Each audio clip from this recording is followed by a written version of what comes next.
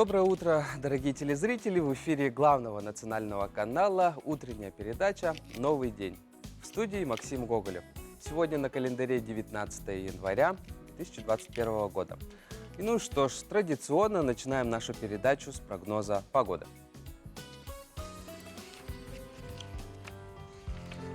По данным Якутского управления по гидрометеорологии и мониторингу окружающей среды, центральные Улусы в 6 часов утра ожидается минус 53, минус 55 градусов холода. Днем же ожидается минус 45, минус 52. Заречье минус 50, минус 56. Днем ожидается минус 46, минус 49. Южные Улусы минус 40, минус 46. Днем минус 31, минус 32. Вилюйские Улусы минус 47, минус 50. Днем ожидается минус 38, минус 46. Нижнеленские Улусы минус 49, минус 50. Днем ожидается такая же температура минус 49, минус 50. Западные Улусы минус 41, минус 45. Днем ожидается минус 33, минус 42. Колымо-Индигирские Улусы минус 30, минус 51. Днем минус 36, минус 43. Янские Улусы минус 40, минус 53. Днем же ожидается минус 34, минус 38. Северо-западные Улусы минус 32, минус 50. Днем минус 31, минус 48. В Якутске в 6 часов утра температура воздуха была минус 52 градуса. Это очень сильно ощущалось. Атмосферное давление 759 миллиметров ртутного столба. Ветер слабый. Днем же ожидается минус 46, минус 48 градусов. По приказу Управления образования с 19 по 25 января в связи с климатическими условиями объявляется обучение в дистанционном режиме с 1 по 11 класс. Что ж, а далее мы хотим передать слово нашим коллегам из информационной службы новостей.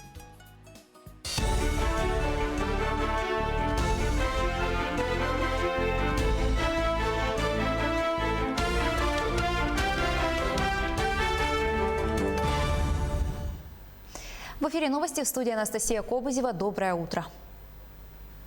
В Якутии для выплат компенсации обманутым дольщикам выделят 88 миллионов рублей. Об этом сообщили в региональном министерстве строительства. Выплаты получат 47 человек. Среди них 7 дольщиков, которые пострадали от двойных продаж. Как отметили в ведомстве, 2 дома строительной фирмы Черов и К из 4 будут достроены. Функции застройщика будут переданы Республиканскому фонду защиты прав дольщиков.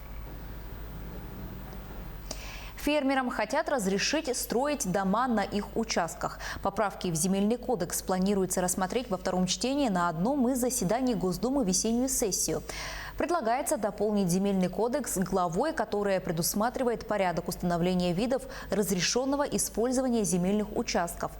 Они будут устанавливаться соответствующими регламентами – градостроительным, лесохозяйственным регламентом лесничества, лесопарка, либо положением об особо охраняемой природной территории. Кроме того, предусматривается возможность строительства жилого дома на земельном участке, который предоставлен крестьянскому хозяйству. Чтобы не было злоупотреблений этим правом, предлагается установить ряд ограничений по параметрам жилого дома, запретить образование земельного участка под ним и его перепродажу. Недосып увеличивает риск заражения инфекциями на 250%. Об этом заявил руководитель Центра медицины сна МГУ Александр Клинкин. Он отметил, что сон и иммунитет – это практически синонимы. При сокращении сна иммунитет резко падает. Врач подчеркнул, что норма сна для большинства людей составляет от 7 до 9 часов, а также добавил, что для улучшения качества сна необходимо ложиться и вставать в одно и то же время. Лютые морозы установились в Якутии. В ряде районах республики температура воздуха опускалась ниже 50 градусов, а в некоторых селах синоптики даже отмечали минус 60. В ближайшие сутки в Алданском, Алекминском и Еленском районах ожидается потепление на 13-18 градусов, а в остальных районах и в столице региона мороз пока не отступит. Так, в Якутске столбик термометра в ближайшие сутки ночью понизится до минус 50 градусов, днем минус 45-48, 21 января будет небольшой снег, туман, ветер переменный 1,3 метра в секунду. В большинстве районов республики на фоне высокого давления сохраняется холодная без осадков погода. В населенных пунктах морозные туманы. Температура воздуха 48-52. В северо-западных, заречных и северо-восточных районах 53-58 градусов. Такая погода сохранится до конца этой недели. Сегодня отмечается Крещение Господне, один из самых древних праздников христианской церкви. Событие было установлено в память крещения Иисуса Христа в реке Иордан Иоанном Крестителем. Якутская епархия в этом году рекомендовала отказаться верующим от организации купелей на водоемах. Вместе с тем освящение воды будет повсеместно совершаться в храмах. К этой минуте у меня пока вся информация. Мы продолжаем следить за развитием событий. Оставайтесь с нами.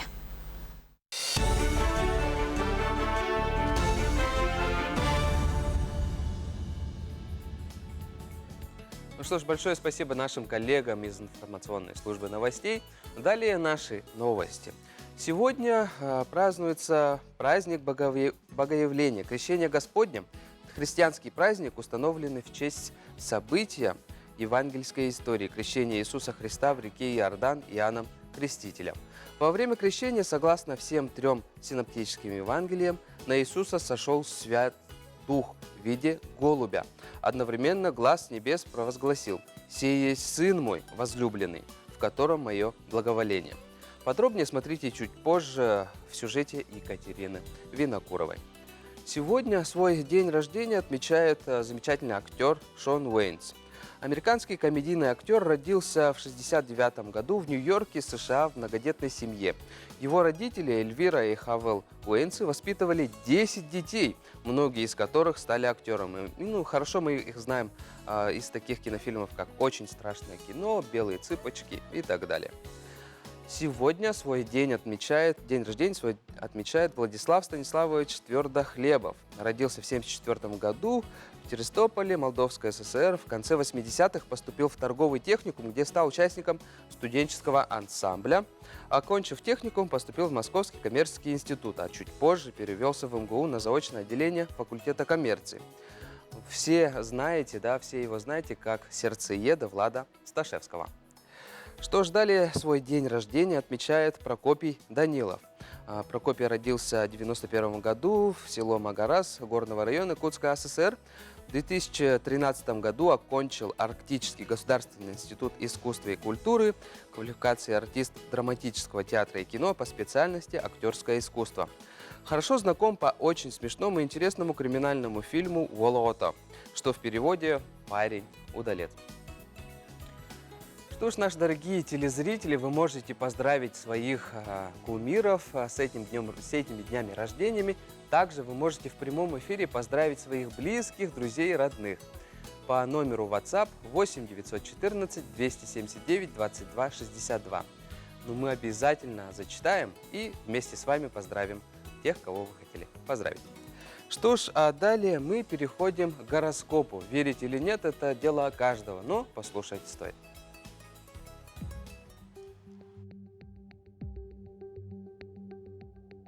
Овны. Успех будет сопутствовать тем, кто проявит активность в достижении своих целей. Во многих делах вы будете сами себе голова, поэтому никого не слушайте, доверяйте своему опыту и интуиции. Сейчас удастся завязать новые деловые знакомства. У тельцов день пролетит в повседневных хлопотах. Постарайтесь успеть как можно больше. Сейчас удачное время для учебы, наведения порядка в бумагах, для создания и укрепления деловых связей. Наступило хорошее время для того, чтобы заняться своим здоровьем. Близнецы. Не принимайте окончательных решений в сфере бизнеса и финансов, если почва для них не подготовлена заранее. Сегодня нужно соблюдать особую осторожность при работе с горячими и острыми предметами. Есть вероятность получить травму. Раки. Не бойтесь самостоятельно принимать ответственные решения, но и не оставляйте без внимания полезные советы. Действуя по хорошему продуманному плану, вы добьетесь лучшего результата. Вечер обещает приятные события на любовном фронте. По отношению ко львам многие люди станут очень доброжелательны. Вам будет легче находить общий язык с коллегами и членами семьи. Идет подходящее время для всевозможных покупок и оформления юридических документов. Девы. Этот день – хорошее время для домашней работы и генеральной уборки. Избавьтесь от ненужных вещей, освободите свое жизненное пространство, начните жизнь как бы заново. Диета, начатая сейчас, даст прекрасные результаты. К концу дня возможны ссоры с домашними из-за финансовых проблем. Весам на этот день нужно запланировать ограниченное количество дел и оставить достаточно времени для отдыха. Любой риск может принести серьезные проблемы. Не отказывайтесь оказать услугу или протянуть руку помощи, если вас об этом попросят. Скорпионы. Не отказывайтесь от новых идей, которые у вас появятся. Воплощенные в жизнь, они изменят ее к лучшему. Особое внимание старшим членам семьи. Кто-то может оговорить близкого вам человека. Не стоит доверять непроверенной информации, даже если вы знаете ее источник. Стрельцы. Постарайтесь этот день распланировать таким образом, чтобы на него приходилось как можно меньше встреч и мероприятий. Сейчас лучше побыть наедине со своими мыслями. В общении с детьми и родственниками старшего поколения будьте терпеливы и деликатны. Это поможет избежать ссоры и серьезных конфликтов в ближайшем будущем. Козероги. Многое само будет плыть вам в руки. Останется только брать то, что окажется наиболее перспективным. Возможно, сейчас представится шанс улучшить материальное положение. Не исключено продвижение по карьерной лестнице. В любом случае, положением дел вы останетесь вполне довольны. Надо пользоваться моментом, так как длиться он будет недолго. У водолеев день пройдет в интенсивной работе. Много внимания придется уделить технике, документам, решению бухгалтерских или хозяйственных вопросов. Сегодня не следует брать или давать деньги в долг. Сейчас вы очень привлекательны для противоположного пола. Возможно, интересное знакомство. Рыбам можно браться за новые дела. Вы сумеете найти выход из многих ситуаций, но избегайте переутомления. Отдых и полноценный сон сейчас просто необходимы. Для сердечных дел идет благоприятный период. Если вы давно хотели открыть новую страницу в своей жизни, то сделайте это, не откладывая в долгий ящик. Если вы будете с нами до 8 часов, то вы услышите на такие темы разговоры. Первая тема нашего разговора будет про изменения в кадастровой оценке. Это касается всех тех, кто как-то относится к земельным участкам. Да? Это не только частный порядок, но и предприятия и так далее. Что ж, второй разговор у нас будет про дыхательную гимнастику. Особенно касается тех, кто переболел ковидом. Тоже очень интересно. И третья тема — Якутия — самый цифровой регион. Да? Мы обрели статус самого цифрового региона. И четвертый разговор — национальный проект «Борьба с сердечно-сосудистыми заболеваниями». Тоже очень важная тема. Далее мы переходим на рекламу и после уже поговорим с первым гостем. Не переключайтесь.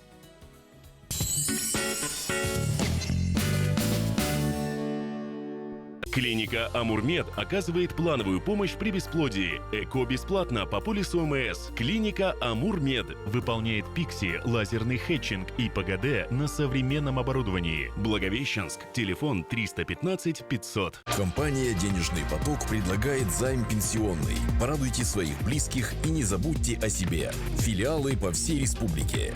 Наш адрес – город Якутск, улица Дзержинского, дом 11, первое крыльцо, 3-й этаж. Впервые в Якутске стильные роскошные шубки из натурального меха от крымской меховой фабрики Duet Fur. Новая коллекция. Все изделия из канадского сырья. Модницы Якутска, нам есть что вам предложить. Улица 50 лет Советской армии, дом 3. Торгово-выставочный центр Сахабулт.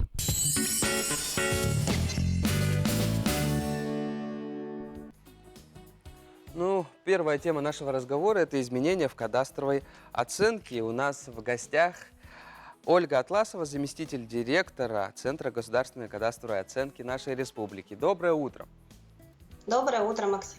Как у вас настроение? Отлично. Ну, проснулись достаточно-таки рано. Вы каждый раз так просыпаетесь или это, ну, как бы отходя от графика? Ну, в принципе, каждый день так. Каждый день так? Ну, здорово.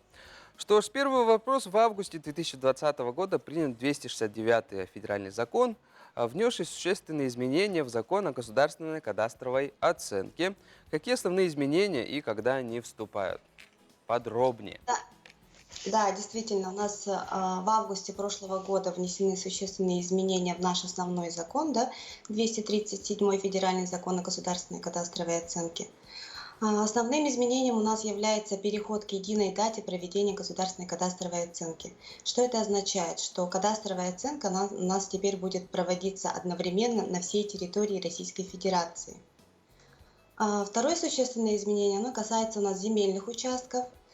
Теперь кадастровая оценка земельных участков, она будет проводиться независимо от категории, то есть одновременно для всех категорий земельных участков. Для чего это сделано? Да? Как вы знаете, что раньше у нас оценка в 2019 году проводилась для земель населенных пунктов, в 2020 году оценка была проведена в отношении земель промышленности, земель особо охраняемых природных территорий и так далее. Вот. И из-за такой ситуации у нас часто возникает такая ситуация, что, например, два земельных участка, да, схожие по характеристикам, и при этом они одинаково, например, используются, но из-за того, что оценка была проведена в разные года, да, с использованием разных методик, их стоимость могла существенно разниться из-за этого. Вот. И если сейчас оценка будет проводиться одновременно для этих земельных участков, их стоимость, мы считаем, что их стоимость, она будет, разница их стоимости будет минимизирована. Вот. Таким образом, у нас планируется в 2022 году государственная кадастровая оценка всех земельных участков, да, всех категорий. В 2023 году планируется государственная кадастровая оценка объектов капитального строительства. К объектам капитального строительства у нас относятся здания, помещения, сооружения, объекты незавершенного строительства и машиноместа. Также новым законом у нас установлена фиксированная периодичность проведения кадастровой оценки. Да? Раньше она у нас проводилась по усмотрению субъекта Российской Федерации каждый от 3 до 5 лет, то сейчас уже периодичность будет установлена, фиксирована на каждые 4 года. Вот. Второй блок основных изменений, да, является проведение, касается подготовительных работ. Теперь подготовительные работы, они у нас будут проводиться на постоянной основе. В рамках подготовительных работ у нас проводится сбор и обработка исходной информации, да, то есть мы собираем ценообразующие факторы. А также в рамках этих работ у нас уточняются характеристики объектов недвижимости, которые либо противоречивые в данных ЕГРН, либо они вовсе отсутствуют. Тут важно отметить, что для оценки очень важно, чтобы в ЕГРН были верно указаны вид использования объекта, то есть точно было указано, и чтобы оценщик тоже понимал, для чего используется этот объект недвижимости. Также очень важно, чтобы точно было указано местоположение объекта недвижимости, да, его адрес.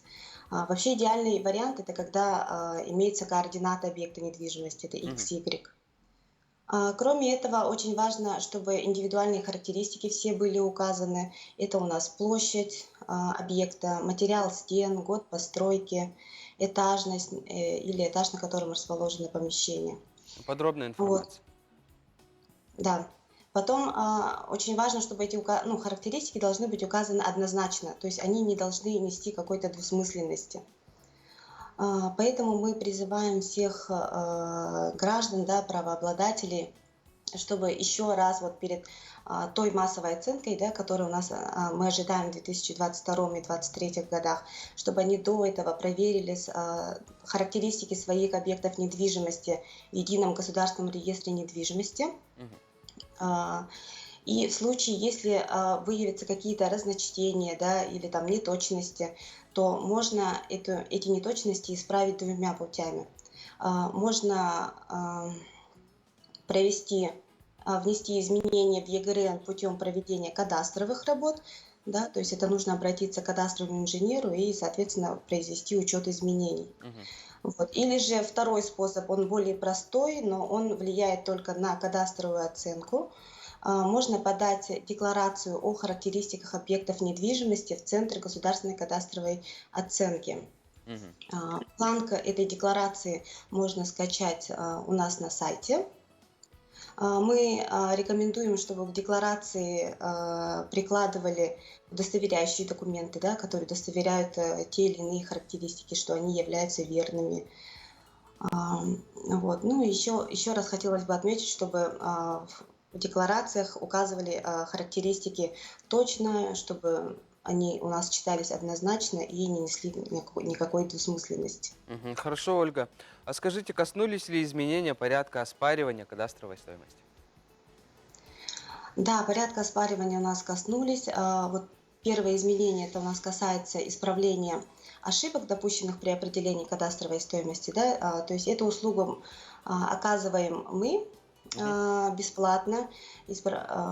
И по нему вот у нас 3 основных изменения идут. Это то, что до 2021 года кадастровую стоимость можно было изменять только в сторону уменьшения, да? То с 2021 года в результате исправления кадастровой ошибки кадастровая стоимость она может быть увеличена. И второе, это у нас сокращение срока рассмотрения заявления об исправлении соответствующих ошибок. Раньше заявления у нас максимум могли рассматриваться 96 дней, то сейчас по закону установлен порог до 45 дней. Ну, существенно быстрее. Да, почти в 2 раза. Вот. И также заявлением об исправлении ошибок, допущенных при определении кадастровой стоимости, теперь могут подаваться любыми лицами и в отношении любых объектов недвижимости. То есть раньше у нас к нам могли обращаться только заинтересованные лица, да, то есть это правообладатели. Вот сейчас с таким обращением может обратиться любое лицо в отношении любых объектов недвижимости. Также касаемо вот оспаривания кадастровой стоимости, у нас внесены еще такие изменения, которые вступят у нас только в 2023 году. Это касается установления рыночной стоимости, установления кадастровой стоимости в размере его рыночной стоимости. То есть сейчас у нас люди производят рыночную оценку, да, и с этим рыночным отчетом идут его оспаривать в комиссию по оспариванию или же в суд. С 2023 года эта процедура она будет упрощена, и необходимо будет просто с этим отчетом подойти в Центр государственной кадастровой оценки и бесплатно получить услугу по установлению кадастровой стоимости в размере его рыночной стоимости. Ну что ж, Ольга, очень подробно вы все рассказали. Действительно, изменения положительные, я бы сказал вам. Я желаю отличного, продуктивного дня. Несмотря на то, что мы являемся утренней передачей, да, которая нацелена разбудить вас и настроить на позитивный лад, мы также затрагиваем очень серьезные темы. Это делается для того, чтобы быть для вас полезным. Давайте посмотрим сюжет. В основе общества стоит осознанность, крепость духа, единство. Эти 3 фактора легко перечеркивает алкоголь. Семейные ценности, любовь, доверие, карьера, дружба, развитие – все это неизбежно портится с помощью алкоголя. Осознаем ли мы, с чем имеем дело? Дорогой зритель, посмотри, возможно, и ты находишься на какой-то стадии. В первой стадии человек, в общем-то, себя не осознает алкоголиком, он пьет там раз в месяц. Вот люди удивляются, раз в месяц, что я не алкоголик, что ли. Но на самом деле человек, который системно по праздникам употребляет, он уже находится в такой стадии. Во второй стадии, вот отличие первой и второй стадии, это то, что появляется запой. И это характерно. Запой может не обязательно там 2-3 дня. Это может быть как с утра сел, так до вечера пьет. И в третьей стадии идет деградация. Деградация – это значит разрушение человека как в физическом плане. У него там появляются болезни типа эпилепсия, судороги, да? Это изменение уже психики. Какие основные условия создают пьющих людей? Всего есть 2 причины для алкоголизации. Это доступность алкоголя. И второе – это алкогольная запрограммированность, которая закладывается с детства. Если родители пьют, общество пьет, детское шампанское, реклама. Все это обрабатывает сознание человека, и он думает, что он по своей воле выпивает, но на самом деле он алкогольно запрограммирован. Почему вы посвятили жизнь борьбе с таким врагом? Мечтала быть счастливым человеком сама. И поэтому я и также относилась к другим людям. Они тоже об этом же мечтают, а у них там проблема алкоголя. Если это убирается, другие проблемы очень легко решаются. Как относится к алкоголю нынешнее поколение? Ушло благоприятное отношение к алкоголю. Вот у нас у населения большинство, это где-то 80%, люди отрицательно относятся к употреблению алкоголя, уже начинают презрительно относиться к людям, которые выпивают. Это очень хороший результат у нас в республике. Каким вопросом должны задаться те, кто решил исправить свою жизнь? Мотивацию нужно узнать. Вот. Какой мотив у человека? Зачем ему? Кто-то говорит, что здоровье, потому что у них уже бывает здоровье никудышное. Кто-то ради семьи, ради детей. Но часто очень бывает это то, что уже жена подает на развод. У нас очень много интересных случаев. Я иногда думала, что такой запущенный случай бесполезно. А тут человек за 2-3 года и образование получал, и карьеру улучшал, и здоровье поправлялось, и семья восстанавливалась. Прямо вот на глазах это происходило. Подход у нас к этой проблеме немножко нестандартный. Это комплексный, как самого человека, рассматриваемого, пьющего, да, там в том числе и окружение. Это семья, там, где он работает, и общество. Не бойтесь обращаться с такой проблемой к тем, кто может дать реальную помощь. Жизнь нам дана единожды. Не позволяйте этой ситуации испортить вашу судьбу. Будьте счастливы. Тема нашего следующего разговора – дыхательная гимнастика. И у нас в гостях Владислав Иванов, инструктор по лечебной физкультуре Республиканского центра лечебной физкультуры и спортивной медицины. Доброе утро. Доброе утро. Ну что ж, расскажите немножко о себе. Я работаю в Центре реабилитации спортивной медицины и лечебной физкультуры с 2017 года. До этого я работал в сфере медицины более 15 лет. Общий стаж уже получается 20 лет работы. Да, действительно, вы не новенький в этом деле. Вот про дыхательную гимнастику давайте немножко поподробнее. Какие методики есть действительно действенные? Действенная методика – это дыхание по методу Стрельниковой, которое мы тоже применяем в нашей работе. Тема такая достаточно серьезная, да? Те люди, которые переболели ковидом, постковидники. Как вы занимаетесь с ними? Постковидными пациентами у нас проходит лечение в течение 10 дней.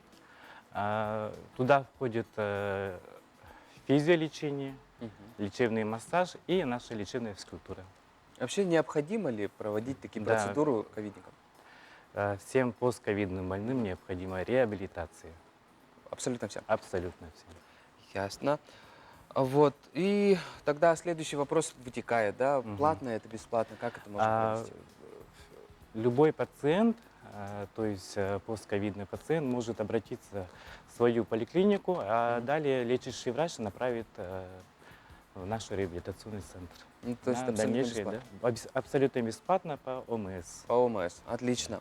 А как можно именно зарегистрироваться? Расскажите. Зарегистрироваться, то есть данный пациент обращается в свою поликлинику, и далее лечащий врач записывает через приложение, да? Приложение «Медведь». Интересное название, кстати. Да. И через это приложение они записываются к нам на реабилитацию. Владислав, давайте в прямом эфире нашим зрителям немножко покажем, какие же можно гимнастики поделать дома. Обязательно. Берем мяч и начинаем мы с самомассажа грудного отдела. То есть берем мяч, обязательно он должен быть теннисный, он как бы крепкий, ощущается. От середины грудной клетки на плеча, то есть диагонально. То есть когда мы идем к плечам, мы немножко надавливаем, чтобы была легкая боль. Ощущается в грудном отделе. И самомассаж грудного отдела. Далее массаж межреберных мышц. Вот в таком вот плане. Ну, то есть, если мы нажимаем, то стимулируем легкие, да, получается? Легкие и освобождаем, то есть мышцы. Мышцы. Правда ли, что ковид, когда ты вылечился, он остается как рубец в легких? все равно остаются свои, как сказать, Последствия, последствия, да, да, последствия. Ну, то есть полностью не восстанавливаются полностью легкие, как восстановление будет в любом случае, да, происходит когда всё-таки, мы делаем правильные упражнения, правильное лечение, правильная реабилитация. Хорошо. Что ж, далее? Хорошо. Следующее упражнение будет постукивание локтями на ребра. То есть делаем глубокий вдох, выдох у нас со звуком и поехали. Вдох. То есть отхождение слизи с легких. Это мы начали только с нижнего отдела. Переходим на верхний отдел легких. То есть постукивание пальцами подушками, вдох и со звуком А. Хорошо. Телезрители снизу и сверху А. И вверх. Следующее упражнение по методу Стрельниковой ладошки. То есть исходное положение и вдох 8 раз на сжатие ладошек. Поехали. И вдох. То есть короткие такие, да? Короткий вдох, шмык, чтобы было слышно, да?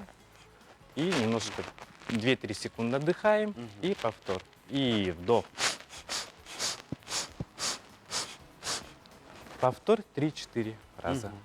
Может быть легкое головокружение, это вполне нормально, потому что мы насыщаем кислородом. А при повышенном артериальном давлении лучше избегать этих упражнений. Хорошо. И следующее упражнение у нас будет полное йоговское дыхание, но мы более облегченно пойдем. То есть вдох. Держим за живот. За живот. И брюшное дыхание будет. То есть главное вдох носом. Наполняем воздухом живот. Живот. И выдох. Надуваем. Выдох через рот. Следующее диафрагмальное дыхание. На ребра, да, нашли его. И вдох носом. Увеличиваем. Есть такое. И выдох через рот. То есть мы должны руками чувствовать, да, как чувствовать раскрытие наших мышц. И следующее упражнение грудной отдел. Тоже держим. И делаем глубокий вдох носом. Раскрываемся. И выдыхаем через рот. Ну, я так полагаю, что эти упражнения могут помочь не только постковидникам, а вообще всем тем, кто достаточно заинтересован. Да, потому что у нас... Тем, кто бросил курить, например. Обязательно. Хорошо. Владислав, большое спасибо за эти упражнения. Надеемся, что вы будете повторять каждый день, да? Каждый день же надо повторять. Обязательно. Да, каждый день повторяя, ваше дыхание будет учащенным, ну, очень чистым. Да. Правильно, да? И легкие будут в объеме. Ну что ж, далее мы переходим на коротенькую рекламу. Не переключайтесь. Новости, точнее новости, да.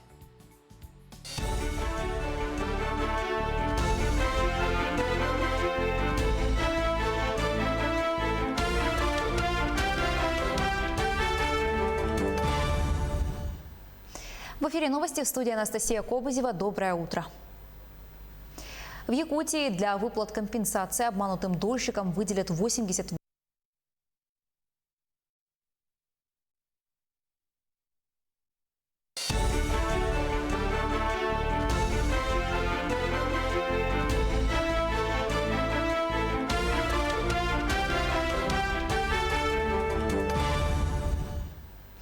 В эфире новости, в студии Анастасия Кобызева. Доброе утро.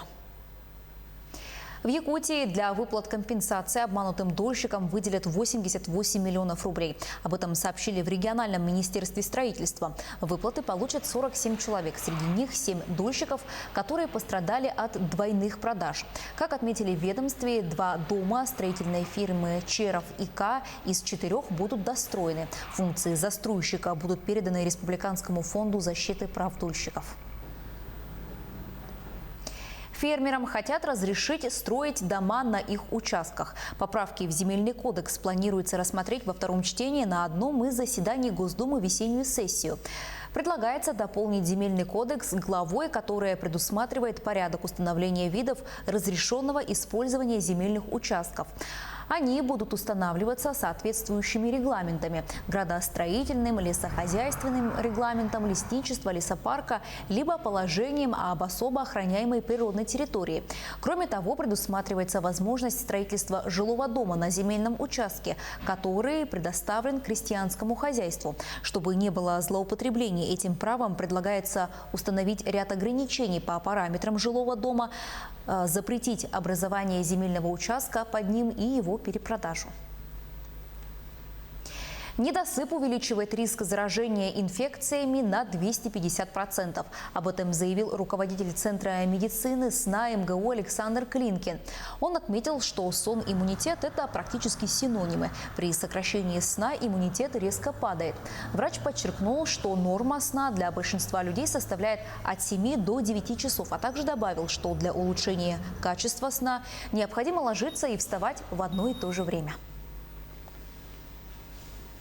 Лютые морозы установились в Якутии. В ряде районов республики температура воздуха опускалась ниже 50 градусов, а в некоторых селах синоптики даже отмечали минус 60. В ближайшие сутки в Алданском, Алекминском и Ленском районах ожидается потепление на 13-18 градусов, а в остальных районах и в столице региона мороз пока не отступит. Так, в Якутске столбик термометра в ближайшие сутки ночью понизится до минус 50 градусов, днем минус 45-48, 21 января будет небольшой снег, туман, ветер переменный 1,3 метра в секунду. В большинстве районов республики на фоне высокого давления сохраняется холодная без осадков погода. В населенных пунктах морозные туманы. Температура воздуха 48-52. В северо-западных, заречных и северо-восточных районах 53-58 градусов. Такая погода сохранится до конца этой недели. Сегодня отмечается Крещение Господне, один из самых древних праздников христианской церкви. Событие было установлено в память крещения Иисуса Христа в реке Иордан Иоанном Крестителем. Якутская епархия в этом году рекомендовала отказаться верующим от организации купелей на водоемах. Вместе с тем освящение воды будет повсеместно совершаться в храмах. К этой минуте у меня пока вся информация. Мы продолжаем следить за развитием событий. Оставайтесь с нами.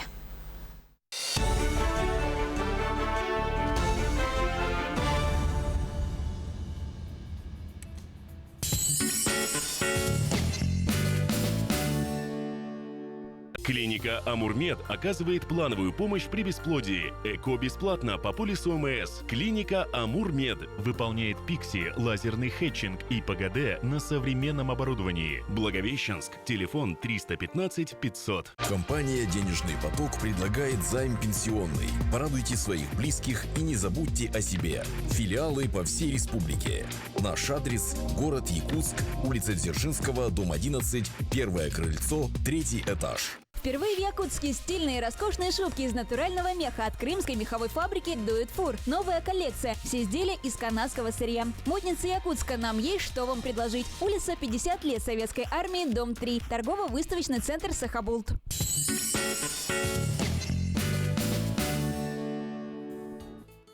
К нам пришло одно очень приятное сообщение. Уважаемые наши любимые работники НВК «Саха», новый день. Добрым, бодрым утром, отличного дня. Поздравляем с крещением Господним. И вот тут сердечки, посмотрите, какие милые. Вас тоже мы поздравляем с этим праздником и желаем отличного дня. Следующий разговор у нас на тему «Якутия – самый цифровой регион». У нас в гостях Петр Николаев, заместитель министра связи и информационной технологии нашей республики. Доброе утро. Доброе утро. Как у вас настроение? Отлично, боевое настроение у нас, очень много планов. Отлично. Ну что ж, в этом году, да, на Гайдаровском форуме в Москве Якутию признали самым цифровым регионом страны. Это действительно очень высокая оценка, я бы сказал. Какая работа стояла над этим? Да, действительно, на 12-м Гайдаровском форуме, на наиболее авторитетной дискуссионной площадке, объединяющих многих ведущих российских и мировых экономистов и экспертов, наша с вами республика была удостоена высокой премии «Цифровой регион». Данная премия вручается уже не в первый год, и в прошлый раз на данной премии был достоин город Санкт-Петербург. Это, в свою очередь, говорит о достаточно высоком уровне конкуренции участников. Но за признанием всегда стоит большая кропотливая работа многих людей. И, конечно же, это не только мои коллеги с органов государственной власти и правительства в целом, но в первую очередь компании, ведущие деятельность в IT-отрасли.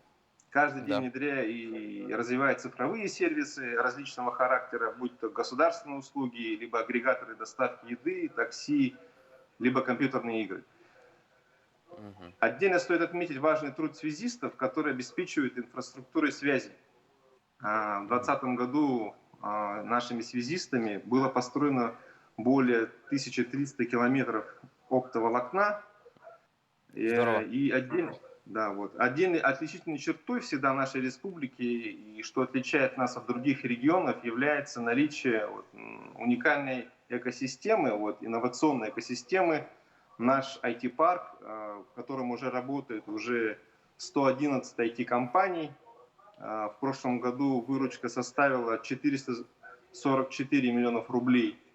Также мы развиваем сеть IT-центров в районах нашей республики, призванных оказывать поддержку IT-предпринимателям на местах. Уже запущено 10 таких IT-центров. Это немногие, но ключевые шаги, которые позволяют нам быть лидером, цифровым регионом. Мы это дело закладывали в указе главы в 2018 году уже. Но главная цель, конечно же, не премию получить, а это улучшать благосостояние наших жителей и повышать комфорт их жизни. Для достижения этих целей нужны компетентные кадры. К тому же Арсений Сергеевич ставит задачу, чтобы к 2024 году в IT-сфере работало более 10 тысяч человек. Какие работы ведутся для достижения этой цели?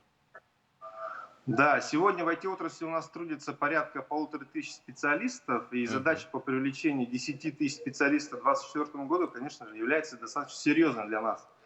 Но у нас есть определенная стратегия решения этой задачи, а именно это, конечно же, сделать упор на обучение.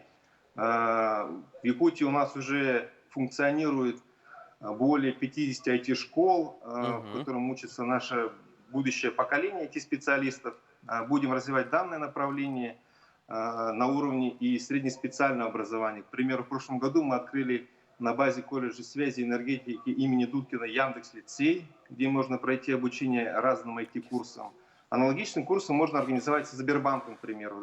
У них есть проект «Школа-21». Также будем прорабатывать вопрос увеличения государственных заказов специалистов в вузах и заниматься вопросами переквалификации взрослого населения, имеющих близкую специальность к IT-сфере, либо желающих ей заниматься. Также есть такое, что по словам главы Якутии Айсена Николаева, цифровое развитие Якутии должно помочь преодолеть неравенство нашего региона в части социально-экономического развития. Есть такое, да? Какие основные задачи стоят сейчас перед сферой? Основные задачи у нас это, конечно же, в первую очередь это дальнейшее развитие инфраструктуры связи, но уже с большим акцентом на развитие в арктической зоне. Вторая задача, допустим, у нас есть задача по оцифровке государственных услуг. Период пандемии четко показал, что цифровые услуги очень востребованы при изоляции и порой являются единственным возможным механизмом получения самой услуги. Также будем внедрять цифровые сервисы для граждан с целью повышения комфорта жизни. И развивать сеть наших районных IT-центров, это движение в сторону УЛУСов, затягивая их в нашу цифровую повестку. И пятое, конечно же, работа с кадрами, развитие кадрового потенциала нашего населения. Это да. В Якутии сейчас разрабатывается серия решений на основе искусственного интеллекта. Расскажите немного подробнее, что из себя представляют эти проекты. Сейчас данное направление является приоритетным не только в Якутии, но и в России в целом. Потому что, напомню, что еще в 2019 году указом президента Российской Федерации было принято решение о развитии искусственного интеллекта. Но искусственный интеллект – это комплекс технических решений, которые он должен повторить, имитировать когнитивные функции человека, то есть немножко его заменить. То есть он должен сам обучаться, искать какие-то решения, самостоятельно причем. Здесь мы хотим, чтобы искусственный интеллект нам помог решать типичные, рутинные задачи, где человек, в принципе, он уже знаком с этой задачей. Но сразу хочу оговориться, что искусственный интеллект, конечно же, не заменит никогда человека. Ну, конечно. Человек всегда будет идти номером один, и искусственный интеллект будет только помогать ему. У нас в республике функционирует создано 2 проекта. Это первое, система искусственного интеллекта, которая позволяет обнаружить признаки ковид-пневмонии на снимках компьютерной томографии. Угу. Система уже разработана якутской компанией Сайберия и внедрена в 15 медицинских учреждений.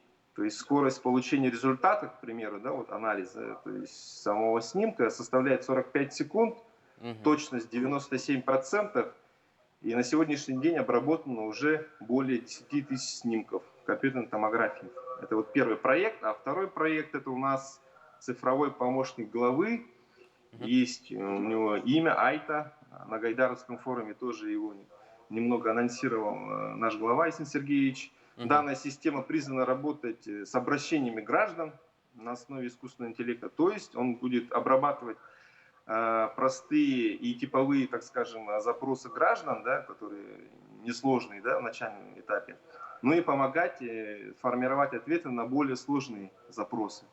Также он будет собирать аналитику по проблемам, то есть выявлять какие-то очаги, так скажем, напряженности, чтобы наше руководство и органы власти могли своевременно реагировать. Вот у нас 2 проекта пока. В будущем, я думаю, будет развитие, и этих проектов станет больше. Отлично. Петр, большое спасибо, что вышли к нам в эфир.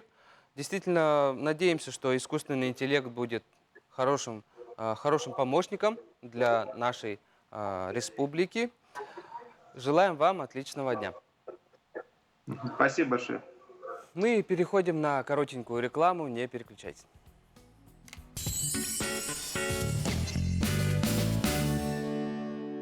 Клиника «Амурмед» оказывает плановую помощь при бесплодии. ЭКО бесплатно по полису ОМС. Клиника «Амурмед» выполняет ПИКСИ, лазерный хетчинг и ПГД на современном оборудовании. Благовещенск, телефон 315 500. Компания «Денежный поток» предлагает займ пенсионный. Порадуйте своих близких и не забудьте о себе. Филиалы по всей республике. Наш адрес – город Якутск, улица Дзержинского, дом 11, 1-е крыльцо, 3-й этаж. Впервые в Якутске стильные и роскошные шубки из натурального меха от крымской меховой фабрики Do It For. Новая коллекция. Все изделия из канадского сырья. Модницы Якутска, нам есть что вам предложить. Улица 50 лет Советской армии, дом 3. Торгово-выставочный центр Сахабулт.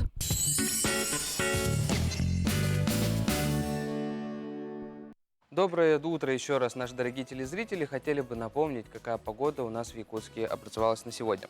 В Якутске в 6 часов утра температура воздуха минус 52 градуса, атмосферное давление 759 миллиметров ртутного столба, ветер слабый, днем же ожидается минус 46, минус 48 градусов.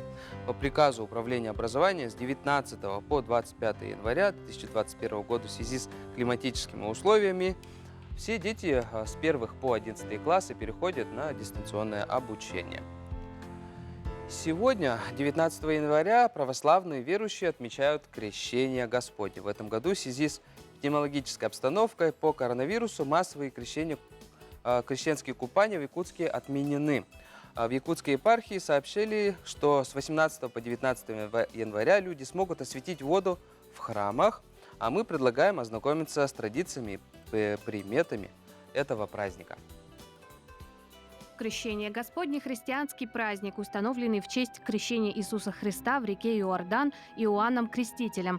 Поначалу ранние христиане отмечали праздник Рождества и праздник Крещения или Богоявления в один день. Но с IV века Рождество и Богоявление стали отмечаться в разные даты. Православная церковь празднует Крещение 19 января, католическая – в первое воскресенье после 6 января.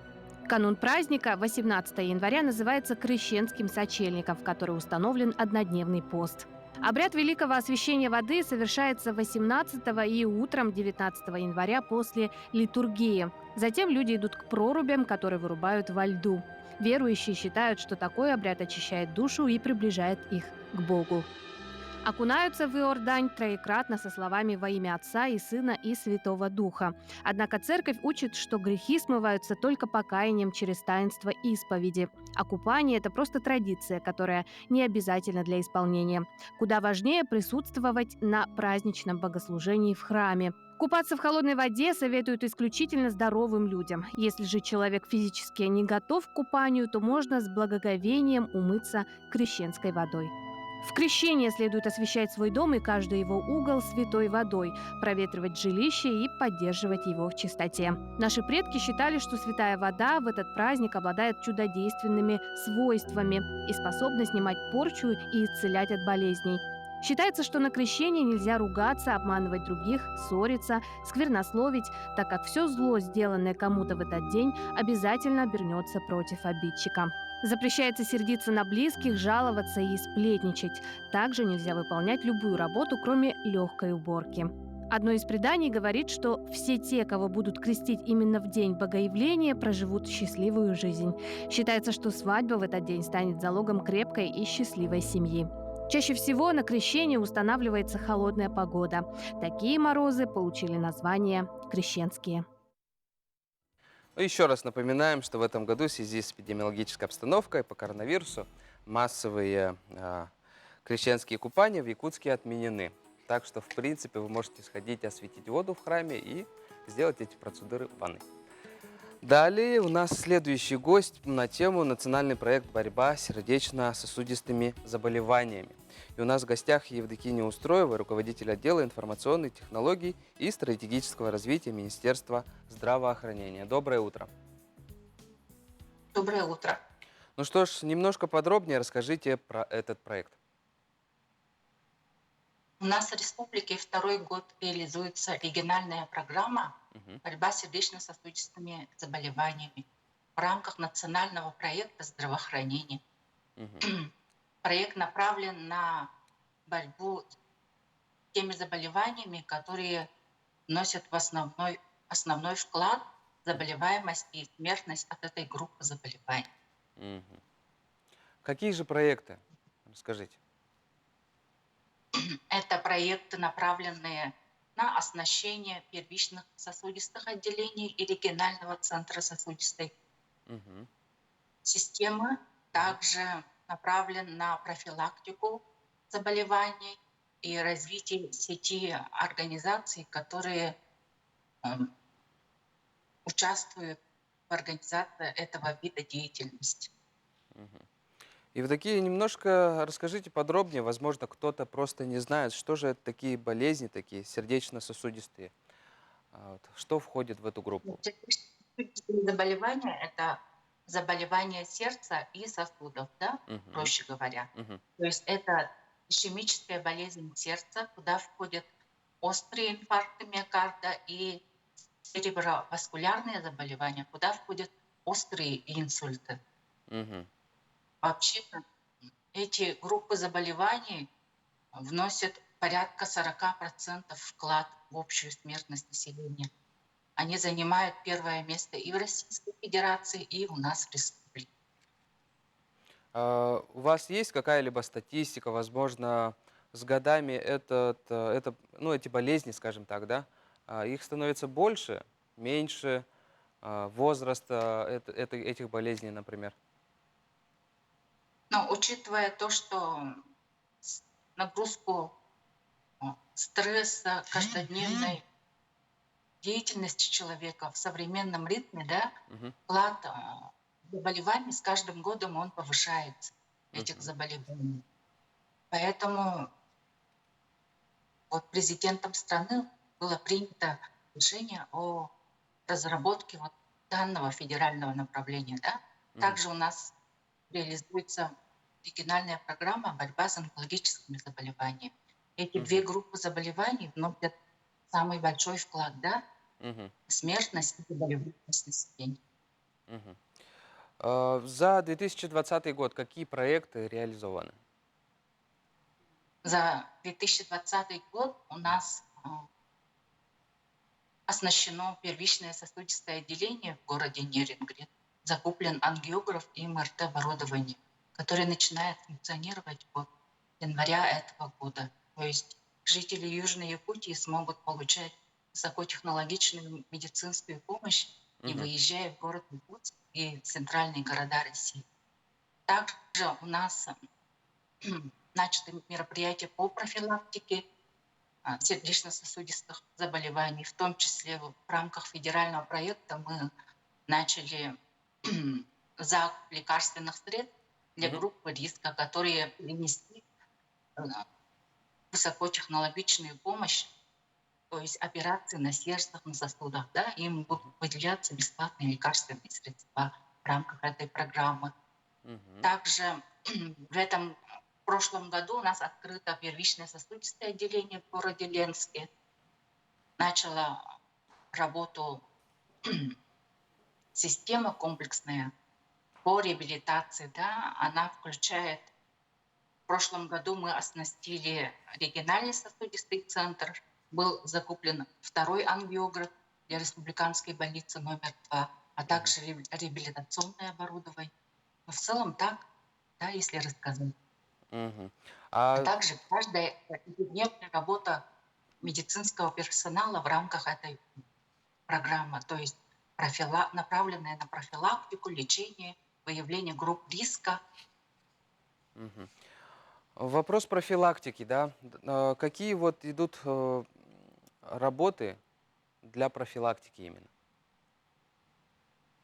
Ну, для профилактики у нас в прошлом году начал работу Республиканский центр медицинской профилактики. В рамках данного проекта он тоже участвует, то есть проводятся различные профилактические мероприятия, начиная от лекций, рекламных роликов, да, заканчивая выявлением групп риска при проведении профилактических осмотров и диспансеризации взрослого населения.